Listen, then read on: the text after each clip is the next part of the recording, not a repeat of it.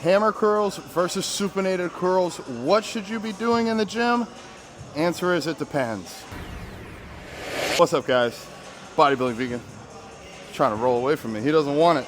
He doesn't want it. All right, so we're going to talk about the difference between hammer curls and supinated curls. So I think that's a great example. Take a look at your pinky and your thumb. If they are staying in a line like this, you're doing a hammer curl.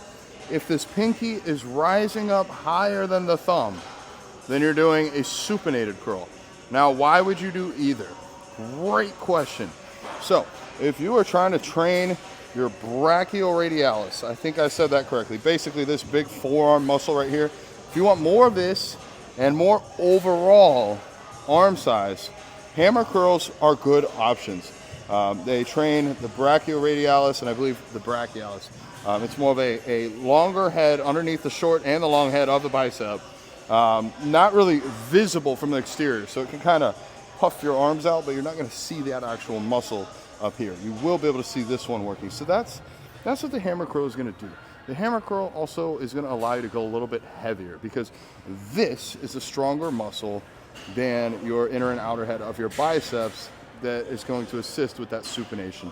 So if you just want to impress your friends and lift the most weight possible, hammer curls are going to be the way to go.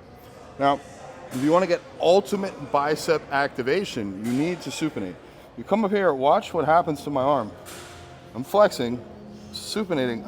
I get a little bit more out of this because up here, these bicep muscles, they do two things. They don't just pull your arm up, they also twist it. That's one of their jobs. So if you're doing the supinated curl, you are going to get more of this inner head hit. And since this is turned down, this brachioradialis is going to get a little bit less work. So how would you set this up for your programming? Again, if you're trying to go heavy, hammer curls are a great way. If you're a strong man, just trying to get as strong as possible.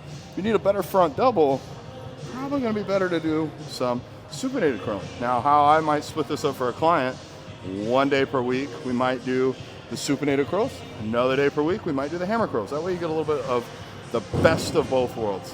If you're limited on time, you can only hit arms one day per week. You do them both in the same session. How would you organize them? For me, if I was going to organize these two, I would probably recommend doing the supinated curl first because again, there's a smaller muscle. It's not able to move as much weight. So do the one that you're a little bit weaker on first, and then you can, there's a door behind me, and then you can do your hammer curls second. So again, if time is really a big issue, you might even superset that. So today I'm trying to get this one workout knocked out.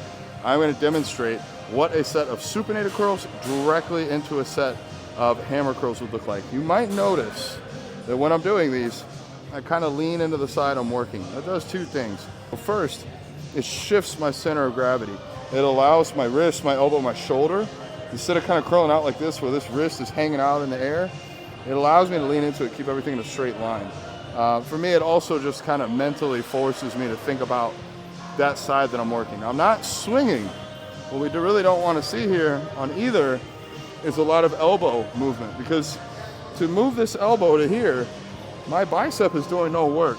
My shoulder, though, yeah, it's doing a lot of work. So you'll see guys at the gym, they're getting a great front delt workout.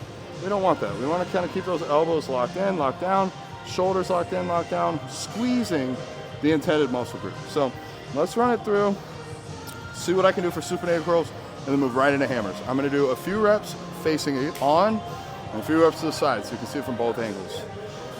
All right, let's get going. So pinky coming up higher than that thumb here. Really twisting, holding for a second, squeezing at the top as hard as you can. Then from the side, check my elbows, make sure I'm not swinging too much and using my front delts too much.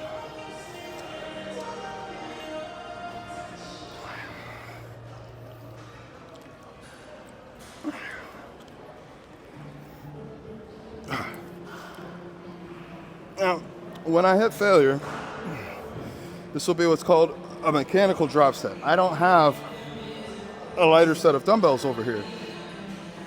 I get one more each. So instead of going to a lighter set, I'll just do an easier exercise, which is hammer curls. Remember, we have that bigger muscle to help. So, boom. I was done with supinated. Move right into hammers. See up from the side.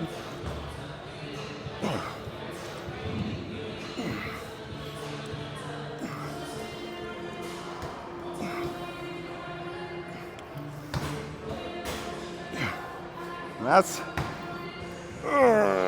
about all we're gonna get. No need to swing. I'm good with that.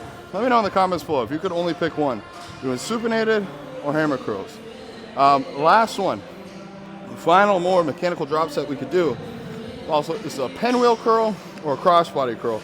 And this is bonus, extra credit, where you bring our arm across in front of you. Now this really limits your range of motion. It's not nearly as high as you would get for either of the other two. So an additional mechanical drop set you could do. You see on the side, I'm not getting that high up here. All right, now I got a good pump. So let me know your favorite in the comments below. If this helped you, do me a favor, share it to somebody. Click that like button. I'm not done with you yet. And make sure you send it to Alex's goats. Bodybuilding Vegan out.